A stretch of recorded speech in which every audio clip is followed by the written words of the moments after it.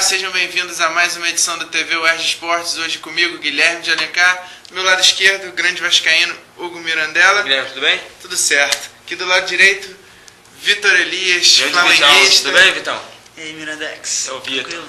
Bom, e ontem, quarta-feira, começou a 16ª rodada do Campeonato Brasileiro. Começando pelo Botafogo, ganhou de 2-0 do Goiás, recorde de público do Botafogo no Engenhão, 16 mil presentes. Não, foram 16 mil. 16 mil, cara. Confesso que eu assisti o jogo, eu vi arquibancada e ia reclamar que a torcida do Botafogo não estava comparecendo, mas acho que filmaram um setor que estava vazio, porque 16 mil é um excelente público Eu acho numa que quarta-noite. O Engenhão só lota quando o Botafogo faz promoção de lata de leite em pó. Aliás, hoje é o dia da solidariedade.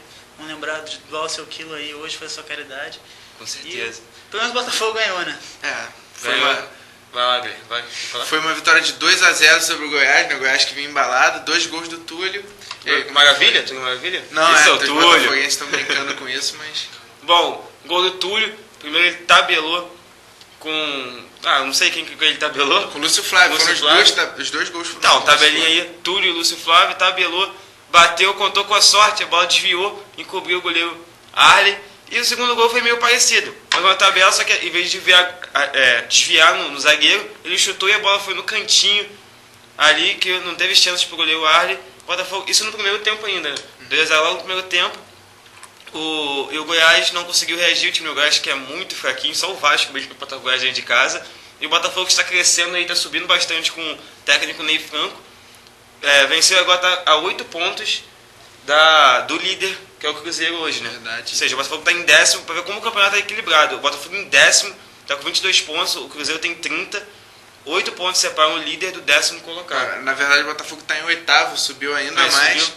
Está em 8º com 22 pontos, 6 pontos abaixo do Flamengo. Na próxima rodada, o Botafogo enfrenta o Atlético Paranaense na Arena da Baixada. E o Flamengo, 6 pontos acima do Botafogo, jogou contra o Palmeiras no Palestra Itália e perdeu de 1-0, gol do Sandro Silva. E aí, Vitinho? O Flamengo jogou como tem que jogar fora de casa, um time que promete tá 5 jogos sem vencer, mas jogou de igual para igual com o Palmeiras, não teve sorte, perdeu uma assim, ainda sofre com a ausência de jogadores ali para ligar o meio ao ataque. O Tardelli não tem executado bem essa função, nem o Ibson, que é o cara que chega mais de trás, e o Flamengo, segundo tempo, ainda teve mais apoio. Mas tem o grande Obina.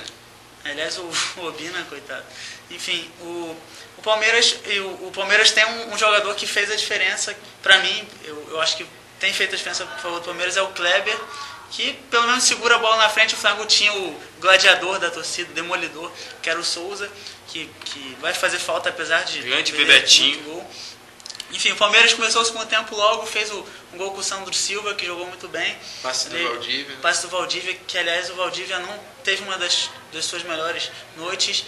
Acabou que saiu, foi substituído, brigou com o Luxemburgo. Mas meio gol ali do Palmeiras foi do Valdívia, né? Deixou o Sandro Silva na cara do gol. Verdade. Belo passe. Valdívia é um excelente armador, né? E o gol foi ali pela esquerda do Flamengo. Avenida, O né? Juan ali, como apoia muito, tomou bola nas costas.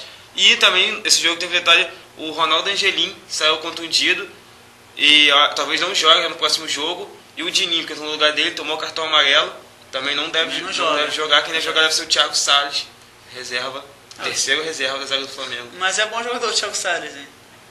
Também acho, faz gol. Talvez o Flamengo vença, talvez com o gol do Thiago Salles, porque ele fazia mais gol que o Souza. Se for na temporada, ele tem mais Mas gols que o Souza. isso aí não é nenhum mérito. Mas agora a parada dura aqui no Maracanã. O Cruzeiro assumiu a liderança agora, tem um excelente time, e o Flamengo vai ter que suar sangue. Mas eu acho que o Flamengo tá faltando isso, tá faltando o artilheiro, o cara que faça o gol. Eu até achei que o time do Flamengo jogou bem ontem, talvez merecia ter empate, mas não tem um cara que faz gol. Mas jogou também bem contra o Coritiba. O Flamengo não tem jogado mal, mas o problema é exatamente Mas como diria o grande João não tem Santana, não tem justiça sorte. no futebol É. é bola na rede. O Flamengo tem jogado até bem, mas o fato é que está descendo a ladeira, já são 5 jogos sem vitória. E o Palmeiras, esse confronto com o Palmeiras foi muito importante para o Palmeiras, que empatou em número de pontos com o Flamengo. E o Flamengo tem agora outro confronto direto contra o Cruzeiro. Se perder, o Cruzeiro já abre uma grande vantagem. Vamos ver aí como é que vai ficar. E teve o Fluminense também perdendo para a Portuguesa nessa rodada, 3-1 no Canindé, 2 gols do Jonas e 1 gol do Preto. Preto é aquele mesmo que era que já jogou no Santos. Fluminense, no Santos, é esse mesmo? Não é o Preto Casagrande, não. Não é? Ah, eu achava que era o Preto Casagrande. Não, é outro. E o Fluminense descontou, na verdade o Fluminense abriu o placar com o Conca e tomou a virada da Portuguesa. E Teve os dois atacantes expulsos, o Fluminense, o Tarta logo no primeiro tempo foi expulso e depois o Washington foi expulso, então vai ter problemas aí para escalar o time e o Renato Gaúcho no próximo jogo. Mais uma vez aconteceu a mesma coisa que aconteceu contra o Cruzeiro aqui no Maracanã. O Fluminense saiu na frente e perdeu o foco. A falta de concentração é um problema que o Fluminense vem enfrentando já há bastante tempo. Tem que destacar também os gols bonitos. O do Conca foi um golaço, tabelou com o Washington, deu um tapa no cantinho. Os 4 gols foram bonitos. Isso, o do Jonas também, pegou de primeiro uma bola de fora da área. Eu acho meio frango do Fernando Henrique ali, acho que ele falhou. Acho que ele não esperava o chute. O do Preto, o Fernando Henrique nem viu a cor da bola. Você vê que no ângulo de trás da câmera a bola sai do gol e entra, não tem como o goleiro chegar. Foi um balaço no ângulo. E o terceiro gol do Jonas, ele limpou o zagueiro Roger e deu um tapa sem chance pro Fernando Henrique, fechando o placar do jogo, foi só golaço. O problema do Fluminense tá mais nessa instabilidade, né, dos jogadores e até do técnico Renato Gaúcho, que passa isso pro grupo. O Renato agora, depois dessa derrota para a Portuguesa, culpou os jogadores e disse que enquanto não chegarem os reforços, ele não vai conseguir sair dessa situação. Ou seja, ele está dizendo que o grupo dele é ruim. E o grupo do Fluminense não é ruim. Tem muitos times que estão na frente do Fluminense com um time pior que o do Fluminense. O Fluminense tem o Fernando Henrique, que tá numa fase ruim, mas na Libertadores agarrou pra caramba. Tem o Júnior César. O Luiz Alberto, que é um zagueiro que não é lá essas coisas, mas é melhor que a maioria dos zagueiros aqui no Brasil. O Roger é um bom zagueiro. Tem a meninada de Xerém, o Tartar, o Marinho, que é habilidoso pra caramba. Dodô, tem o Washington. O Washington. O Fluminense tem belos jogadores, mas sinceramente eu acho que daqui a pouco a Unimed vai investir mais um dinheiro. O Fluminense vai trazer um monte de craque aí e vai sair dessa situação. E agora o Fluminense enfrenta o Internacional, o Fluminense que está na vice-lanterna do campeonato, e à sua frente o Vasco, que enfrenta hoje o Atlético Mineiro em São Januário. O Atlético Mineiro que também está ali na briga do rebaixamento, saiu nessa rodada, mas logo pode voltar, porque também não tem um time muito bom.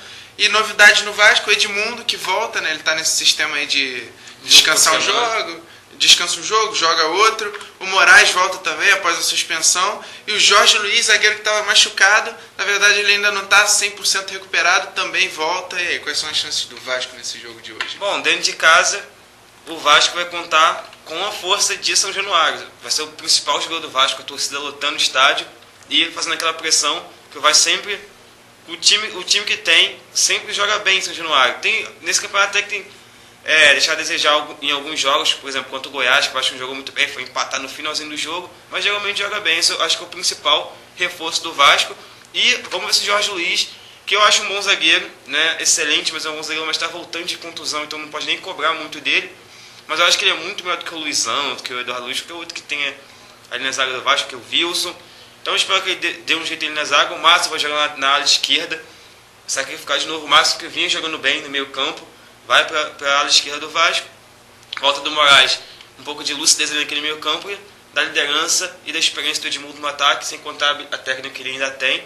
Eu acho que o Vasco tem chance de vencer o Atlético Mineiro sim, porque se não vencer o Atlético Mineiro dentro de casa, que tem um time muito limitado também, conta com o experiente Petkovic, que falou que vai dar trabalho para o Vasco.